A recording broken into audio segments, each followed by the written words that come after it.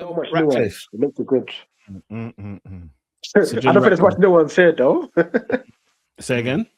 I don't think there's much nuance here, though. He's a raging lunatic. He's a friggin' fool, bro. He's a moron.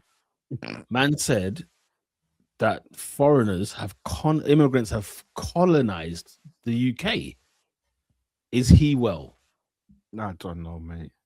Is he well? Do we actually understand and fathom what he was saying when he said this? And the guy he's talking to is like, you know, like he's sort of like getting the like almost the interviewer to be like, yeah, come on, like, are you all right? Work with me here. Like this country's been colonized by immigrants. Like, and also, Peter, you see that level of tone deaf, yeah? Yeah. He definitely says the N-word, and he definitely uses terms like coloured. Because for you to be that tone deaf, and for you to think that using that colonised word was acceptable. Now think about it. He's on an interview, and he said that. He's pulled that out. Only God knows what he says behind closed doors. Only God knows. He said that on camera. camera. Scary, man. That's scary. Scary hours. And it's like a case of like, oh, here we go again. You know, rich white guy says this, blah, blah, blah. He's just like, oh, whatever. This guy owns a club in another country. You want to talk about colonization? You literally own a club in a country you don't even live in. Boy.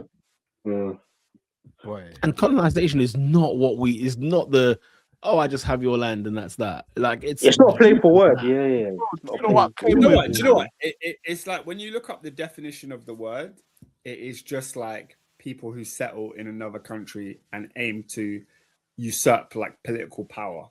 That's what the word means. But I think you'd be stupid to not take into consideration the historical factor of that word. It's like our man Shay Given when he used a certain word on the BBC, and it's like, yeah, that word has a meaning, but you'd be stupid enough to not think about what the connotations behind that word are, even if it's not dictionary. Huh? What does that word begin with? H. H. On live television, bro. Was he on BBC The Score one? Or was it Match of the Day, I think. Match of the Day. Well, okay, let me just say it to avoid any conversation. Shay Given made a statement. I think it was something happened in the game, and he said it was an absolute Holocaust. Yeah. Oh my! On live TV, bro. And he still gets gigs after that. But I don't think he's got a gig since, mate. I'm not gonna lie. Yeah, I'm not surprised. That's like the worst word you could have said. Could have picked the worst one for him. But what I'm saying is, when I googled the word Holocaust, it has a meaning that is very separate from what we think. Like when we think of that word, you think 1945 Germany. You know what I mean? You think straight away of that. That was in the 40s, you know. Yeah, like, that's not that far ago. You'd be an idiot to ignore. People were alive then. I would have heard that. Less than 100 years. So I think that was more my point. So when Ratcliffe uses colonized, there were some people that in the comments that were like, "Oh yeah, but the definition of the word means this," and it's like, "Hey, bro, guys, don't be so tone deaf and silly." Not only is the definition wrong, there's historical context as to why that word is an offensive word to use. By the way, he didn't say it like he didn't say, "Oh, this is great for the UK." He said it as it says that there's a problem in the UK. He was saying there's an issue here. Yeah, let's not forget that bit. These immigrants are taking over our country. It's like, I'll be real, man. I couldn't give a monkeys about this Ratcliffe guy. Couldn't give a monkeys. Massive tool. You guys looked like you didn't know what I was going to say. No, I thought he was going to be like, you know, I hear him still. Yeah, I just got a point. Yeah, definitely not. Massive tool. Right. Yeah. Let's move it along, mate. Wait. Final 2 points. Yeah.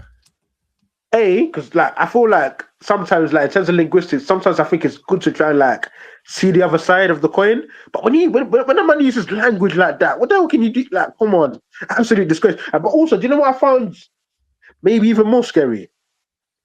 What did you guys think of the Simon Jordan comments after it, where he basically he said in as much rope as he could. Basically, said he agreed with it. Without getting kicked off the air, because he tried to be like, well, let's not harp on the word colonized, and then Jim, is it Jim White? Jim White's like, no, this is the very problem of the whole thing. It is about this word. Like, what are we talking about here? Simon, but then again, ironically, that's probably his mate. Do you know what I mean? Yeah. It's probably it's probably, and I mean that literally, like it's probably his mate, Yeah. another rich billionaire owner of some kind, or like a former, you know what I mean? These guys go to the same conference together. Simon Jordan is very much like he's like Piers Morgan. He will say what benefits him at the time, and I think there is a you know, Endo said here there's a lot of British white people that think that way. Yeah. And I think Simon Jordan has clocked on and he's going, oh, if I say this stuff on Talk Sport, then I'll get all of these right-wing people on my bandwagon as well. I think it's just that, man. And it's crazy because obviously the political climate has allowed people to feel free enough to talk like this. Yeah. And not to say people shouldn't be free enough to talk, but to spread lies. His numbers were wrong. He used misinformation, the wrong dates, the wrong numbers to spread this. Judas said we can forget about it. He thinks the UK just went up by 20 million in 4 years. In like a 4-year spell. Come on, bro. What's about this guy? Yeah. But yeah, like, you know, that's the thing. And here's the thing. This is why, for me, when it comes to football, sports, any topic of conversation, like in terms of the subject of the actual industry, I don't want to hear about your political views on anything. I don't want to hear about what you think about immigration. I don't want to hear what you think about this. Because if I've come to watch football or hear a football conversation, I don't want to hear it. Do you know why? Because I'm probably not going to agree with you anyway. And who cares? Yeah, you know what I'm saying? I don't really care for that. Because in one breath, Simon Jordan is actually really brilliant when it comes to talking about football. He's very good. Yeah. But in the same breath, it's like Neville. You know, Neville's opinions can differ.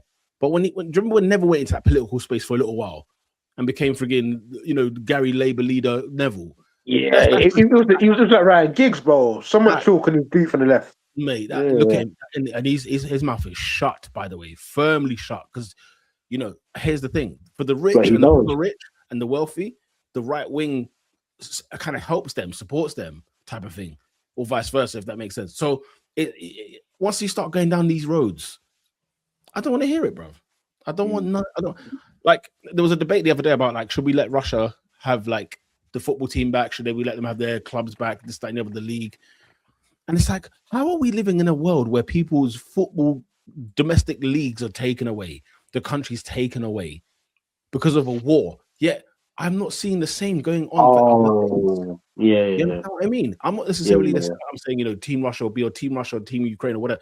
I'm saying, like, this is like when we laugh and joke about the Chelsea situation with Abramovich, but there was an episode where Oscar could not believe what was happening before his very eyes with his football club, and we had to sort of sit there and think, do you know what though? All jokes aside, you want to talk about scandal and corruption? This is mental. I'm talking about a ruler from the club store. I get it. The guy has you know, has obviously ties in with the Russian leaders and whatever. But what? I'm not gonna lie. We sat there and we watched this, and it's not like, oh, we got Bowley who's clean. He's clean, and Barley and all these lot. Let's have it right. That I call it, that whole situation low key radicalized me, man. It made me. I bet. It made me see just like the British government and everything for what it really is. Yeah, I hear you. And it's like it's not even a crook thing. It's just a pick and choose thing.